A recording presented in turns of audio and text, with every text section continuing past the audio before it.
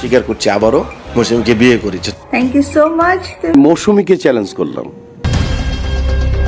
ওমর সানি যেটার ভয় করেছিল সেটাই হলো, বাসর রাত্রিরে বাসর ঘরের ভিডিও পর্যন্ত ছেড়েছেন মৌসুমী এবং হাসান জাহাঙ্গীর। তারা এমন কি কাজ করছিলেন বাসর ঘরের মধ্যে, সেই ভিডিও পর্যন্ত তারা সোশ্যাল মিডিয়ায় ছেড়েছেন। আর এটাকে নিয়ে লাইভে এসে ওমর সানি তিনি এমন যে কথাগুলো বললেন, এখন আপনাদেরকে সেই ভিডিওটি দেখাবো। বন্ধুরা, এই ওমর সানি তিনি খুব বেশি ভালোবাসতেন তার স্ত্রী মৌসুমীকে, কিন্তু তার স্ত্রী যে কাণ্ডটা করলেন, এই কাণ্ডটির কারণে ওমর সানি তিনি হাউমাউ করে কাঁদছেন। এমনকি তিনি হজ করতে গিয়ে সেখানে খুব কান্নাকাটি করছিলেন। এখন আমি আপনাদেরকে দেখাবো যে ভিডিওটি পাবলিশ করেছেন নায়িকা মৌসুমী তাদের বাসর রাতের, সেই ভিডিওটি দেখাবো। আর এখন আমি আপনাদেরকে ওমর সানির সেই লাইভ পডকাস্টটি দেখাবো, যেখানে আসার পর তিনি চ্যালেঞ্জ করলেন তার স্ত্রী মৌসুমীকে। কি চ্যালেঞ্জ করলেন, কেন চ্যালেঞ্জ করলেন তার স্ত্রীকে, চলুন তার মুখ থেকেই সেই ভিডিওটি দেখে নি। তাহলে একটু ক্লিয়ার করে দিই, একটু জানুক সবাই। আমার মূলত হচ্ছে আমার শ্বশুর শাশুড়ির ঘরে হচ্ছে 3টা মেয়ে। সবার বড় হচ্ছে মৌসুমী, তারপরে স্নিগ্ধা, তারপরে ইরিন। 3টাই মেয়ের কারণে ওদের কোনো ভাই নেই। 3 জায়গায় 3জন জামাই যারা আছি আমরা, তাদেরকে ওই পয়েন্ট অফ ভিউর মতোই করে কাজ করতে হয়, রাইট?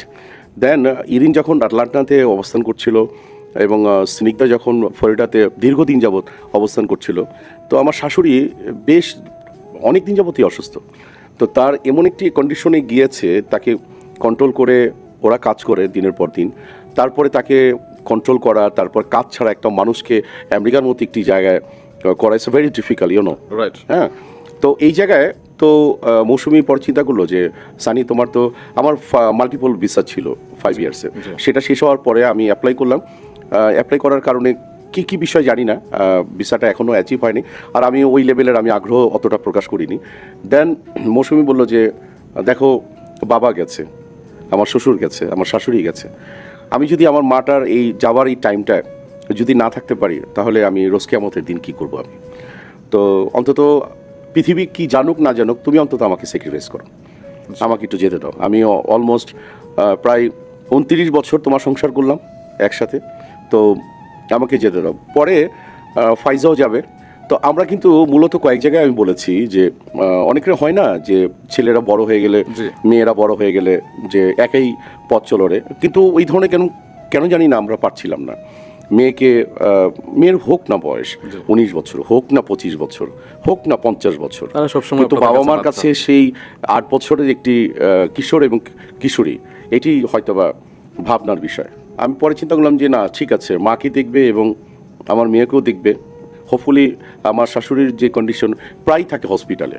আর একটা জিনিস আমি আজকে সবার উদ্দেশ্যে বলতে চাই যে আমেরিকার রিহ্যাব সেন্টারগুলি কিন্তু অনেক আধুনিক, কিন্তু আমাদের মতো এরকম বাজে কোনো সিচুয়েশন না। হ্যাঁ, আমাদের এখানে যেরকম হয় না যে রিহাবে কেন থাকবে, একদম কেলেঙ্কারি হয়ে যায়, এরকম হয় স্বাভাবিক। যদি স্টাবলিশ কোনো ফ্যামিলি থাকে, তার বাবা মারা কেন রিহাবে থাকবে কিংবা বৃদ্ধাশ্রমে থাকবে, এটাই তো বাস্তব। ওদের ওখানে এরকম অনেক সুন্দর সুন্দর সিস্টেম কনসেপ্ট আছে। সেটার পরেও কিন্তু আমি মৌসুমী ডিসাইড করেছি যে মা যতদিন বেঁচে আছে ততদিন আমাদের কোলের মধ্যেই থাকবে। এবং হোপফুলি আমেরিকার মতো একটি জায়গায় মৌসুমী অনেক কষ্ট করে। কষ্ট মানে কোনটা যেন মায়ের জন্য করে, তার ছেলের, তার সন্তানের জন্য করে। এবং হোপফুলি আমাদের একটা গ্রুপ আছে, মানে আমাদের ফ্যামিলি গ্রুপ, প্রতিদিন কথা হয়। এই যে কালকে রাতে আমি একটু মজার কথাই বলি, আমি একদম পুরো একটা টি শার্ট পুরো মাথার মধ্যে, মাথা তো আমার ওমরার কারণ একদম কি বলে হয়ে বসে আছি। হ্যাঁ, তো যাই হোক, তো ওই অবস্থার মধ্যে করে কি এতটুকু দেখা যাচ্ছিল আমার ফেস। তো মৌসুমী ভয় পেয়েছে, কী হলো তুমি অবস্থা কেন? আমাকে প্রচুর শীত। কত? আমাকে হতে পারে 8-9 হতে পারে। কি এতটুকু শীতে তুমি কাবো? আমাদের এখানে তো মাইনাস। আমি ভাই, তোমাদের এখানে ডোনাল্ড ট্রাম্পের একটা সিস্টেম আছে কিরকম যে না, এখানে হিটার আছে, অমুক আছে। আমাদের এখানে গ্রামগঞ্জের বিষয়ে, হ্যাঁ, তা আমাদের এই জায়গাটা এই যে আপনাদের তো সুইট একটা সম্পর্ক, কিন্তু মানুষজন যেহেতু আপনারা দূরে আছেন, তারা বলেন যে কাজ নেই, তারা বলেন যে আপনারা এক নেই, ওরা এক একজন অ্যাস্ট্রোলজার হয়ে যায়। কেউ হাত এরকম করে দেখে, হাত দেখে ইয়ে গেছে, যার মনে চায়। আর পাগলের সংখ্যা আগের থেকে তো অনেক বেড়ে গেছে। জি, তবে আপনারা যে এখনো একসাথে আছেন এবং ভালো আছেন, সেটা সাক্ষী আমি এবং আমরা আরো অনেকেই। কারণ গত 3 নভেম্বর আমাদের প্রিয় নায়িকা মৌসুমীর জন্মদিন ছিল। সেদিন আপনি তাকে অনেক অনেক সারপ্রাইজ দিয়েছেন এবং সেটির উত্তরে তিনি একটি ভিডিও বাইটস দিয়েছিলেন এবং সেখানে শেষ দিকে তিনি বলেছিলেন যে আপনারা সবাই সানির পাশে থাকবেন। এবং এগুলো বিশ্বাস করে না এরা। কিছু কিছু পাগল মনে করে কি এটা বোধহয় এআই, হ্যাঁ, তারপরে অনেক কিছুই মনে করে। তো যাই হোক, মানে এখন হয় এবং কি- তিনি এও বলেছিলেন আমরা দুজন দু প্রান্তে থাকলেও আমাদের ভালোবাসা যাতে সবসময় অটুট থাকতে পারে, আপনারা সেজন্য দোয়া করুন। না, আমাকে তো এরকমও এসএমএস দেখাইছে যে আপনাদের ডিভোর্স লেটারটা একটু দেখান, হ্যাঁ, তো ডিভোর্স লেটার নিয়ে করতে হবে, তারপরে তাদের জন্য তো আপনার বানাতেও হবে। হ্যাঁ, অনেক কিছুই করতে হয় এখনকার জেনারেশন। তো ওই যে বললাম একটু আগে যে পাগলের সংখ্যা অনেক বেড়ে গেছে, তো আমরা সানি নিজেরাও ভাই, এক ধরনের পাগলামিতে ব্যস্ত থাকি। এই যে হ্যাঁ, তবে এই যে আপনারা সন্তানের জন্য কিংবা মায়ের জন্য দুজন দুদিকে আছেন, এটি তো অনেক মহৎ একটি। এবং হোপফুলি আমরা খুব তাড়াতাড়ি খুব কাছাকাছি চলে যাব। আচ্ছা, একটা জিনিস, আরেকটা অদ্ভুত প্রশ্ন আমি তোমার কাছে করি। জি। আমি সেদিন দাম্মামে ছিলাম, এক ভদ্রলোকের সাথে, বাংলাদেশি টাকা একদম কম করে 200 কোটি টাকার মালিক হবে। তো আমি বললাম যে আপনার স্ত্রী কোথায়? বলে যে ঢাকায়। আপনার কয় ছেলে মেয়ে? বলে যে 2টা মেয়ে আর একটা ছেলে। তো কতদিন যাবো যান না? কই না, 2.5 বছরের মধ্যে যায়নি। তো আমি বললাম যে 2.5 বছরের মধ্যে তাদেরকে নিয়ে আসতে পারেন? তো বলে যে ওরা ছিল, আবার চলে গেছে, 2.5 বছরের মধ্যে কোনো না কোনো কারণে যাওয়া হয়নি। কেন? এটা তো অল্প সময়ের মধ্যে। সানি ভাই, আপনি কেন এই প্রশ্নটা করলেন? আমি বললাম যে আমাকে তো পাগল বানায় ফেলায় অনেকেই। তো আবার এরকমও আছে, ইটালিতে হাজবেন্ড থাকে। কালকের একটা ঘটনা, আমি সাটোরিয়াতে অবস্থান করছিলাম।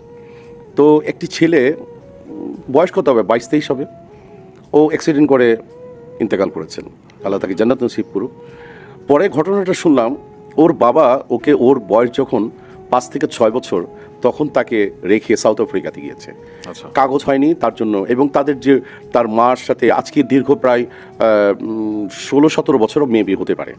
ওদের ওদের ওদের মা আছে, ওদের বাবা সেদিকে শুনে একদম ফ্রেন্ড হয়ে গেছে।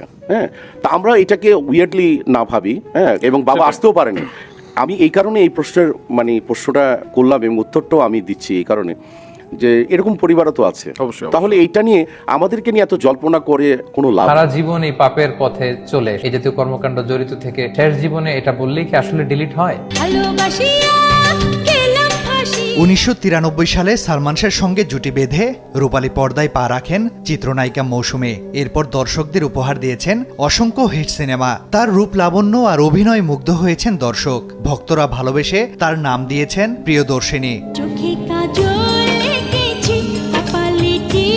সম্প্রতি নিজের শেষ ইচ্ছার কথা জানিয়েছেন এই নায়িকা।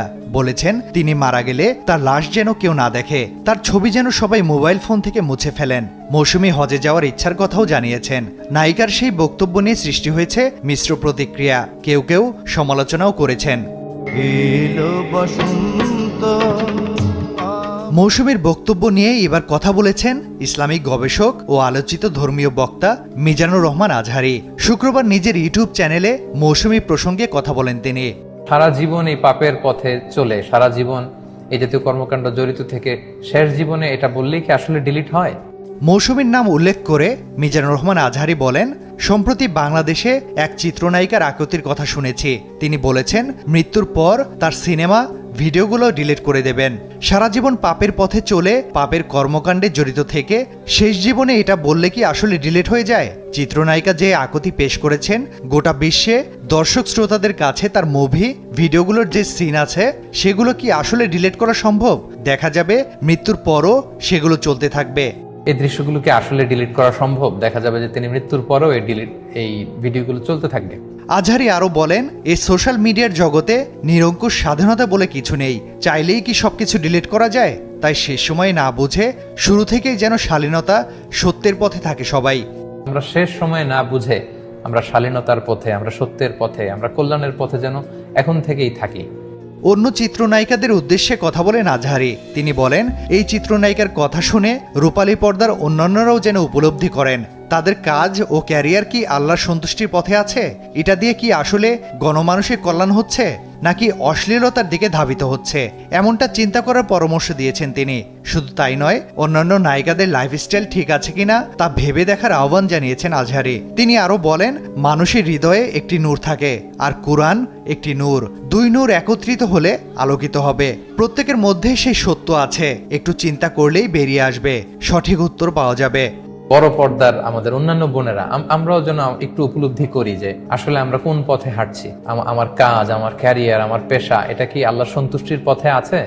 এর আগে মৌসুমীর লাশ না দেখার আকুতি নিয়ে কথা বলেছিলেন বিশিষ্ট আলেম শায়খ আহমদুল্লাহ। এছাড়া তো অবশ্যই আপনারা ভিডিওটির মাধ্যমে জানতে পেরে গেছেন যে নায়িকা মৌসুমী তিনি কি ঠিক কাজ করছেন, তার নিজের সংসারকে তিনি দাওয়াতে লাগিয়ে একেবারে হাসান জাহাঙ্গীর তিনি যে একেবারে রিপোর্টারদের সামনে সকলের সামনে এই কথা বলছেন যে আমি যদি মৌসুমীকে বিয়ে করি তাহলে অমর সানি কিছু করতে পারবে না, আমি অমর সানির সামনেই বিয়ে করবো মৌসুমী। কিন্তু তার এই কথাগুলো বলা কি ঠিক হচ্ছে?